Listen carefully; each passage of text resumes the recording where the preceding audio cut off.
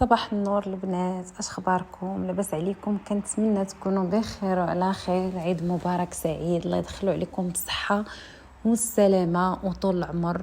هنا جيت كنشارك معكم الحويجات العيد، حطيتهم في الليل ليا والماما والبنتي، حطيت القنيضرات هكا. ايوا وغادي نكمل معكم نهار العيد وتفاصيل نهار العيد. كان هذا هو الفطور ديالنا، فطور مغربي 100% في الطبيصلة ديال الطوس. هذه كتسمى رزة القاضي، كتجي بحال الملاوي ولكن هي مغربيه 100%. كنخدموها هكايا بالزبده. وهذا الملوي ديالنا ديال المغرب، بزاف الناس في تونس ذاقوه.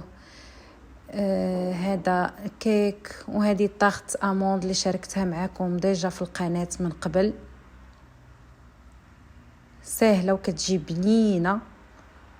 وهذه حليوات تونسيه بالبيستاش واللوز، شي حاجه زوينه.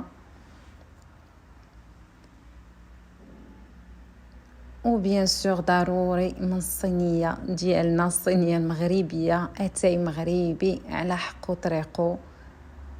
وهنايا البنات هاد الشيء اللي حطيت، حليوه مغربيه وشويه ديال الفاكهه، كعب غزال.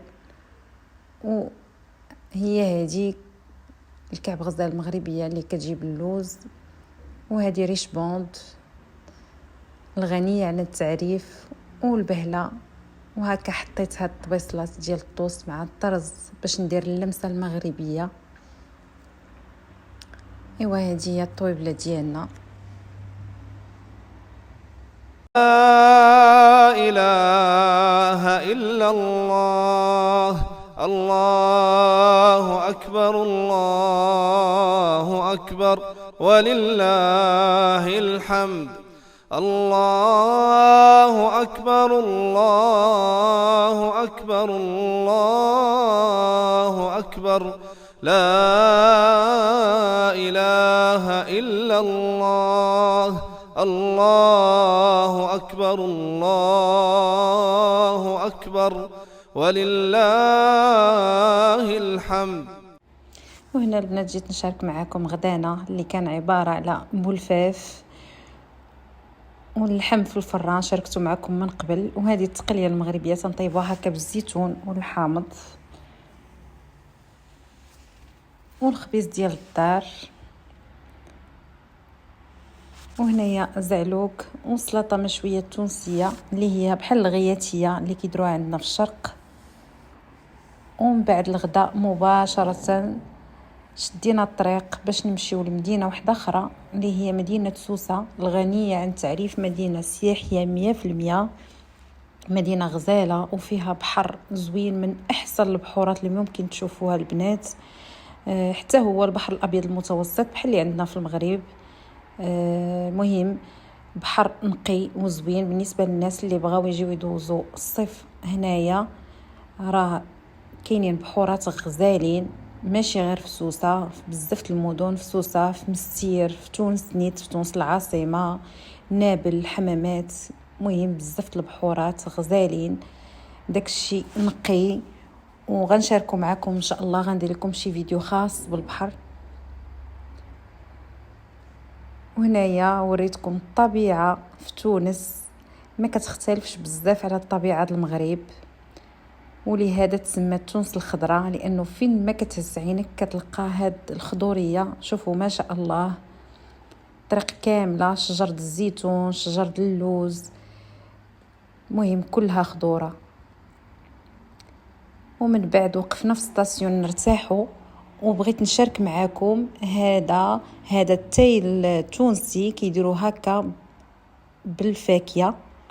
الفاكهه في الكاس اللي هي طريقه جديده غادي تستغربوها، ولكن فاش غتذوقوها غتعجبكم. اللي كيسميوه تاي البقلاوه ولا التاي باللوز، كيديروا معاه اللوز هذا اللي مفزق في الماء من قبل. شوفوا الكاس ديالو كيفاش كيجي غزال، كاس هكا كله فاكهه. وغادي نشارك معكم، غندير لكم فيديو خاص بالتاي البقلاوه التونسي اللي كيديروه حتى هو بالشاي الاخضر بالنعناع. كيجي بنين. المهم نشربوا هذا الكوز اتاي. التفاصيل ديال لا شومبر كانت بحال هكذا، شومبر زوينه مريحه.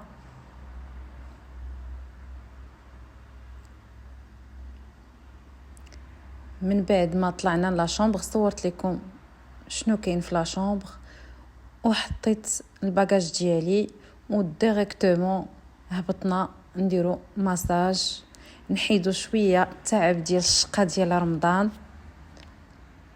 ونخليكم معايا طاج غزال، ارتاحينا الحمد لله. هبطنا باش نتعشاو. جيت باش نشارك معكم شنو كان في البوفيه ديال العشاء. كانوا لي سالاد هكا فاريي، داكشي زويون صحي، الناس اللي كيبغيو داكشي صحي والناس اللي باغا تجي دوز الصيف لتونس من المغرب مرحبا بكم. راه كاين دي زوطيل غزالين، اللي بغى شي معلومه يخلي لي في الكومونتير ونجاوبوا عليها. كيكونوا دي زوطيل زوينين على البحر ديريكتومون، دي بيسين كبارين.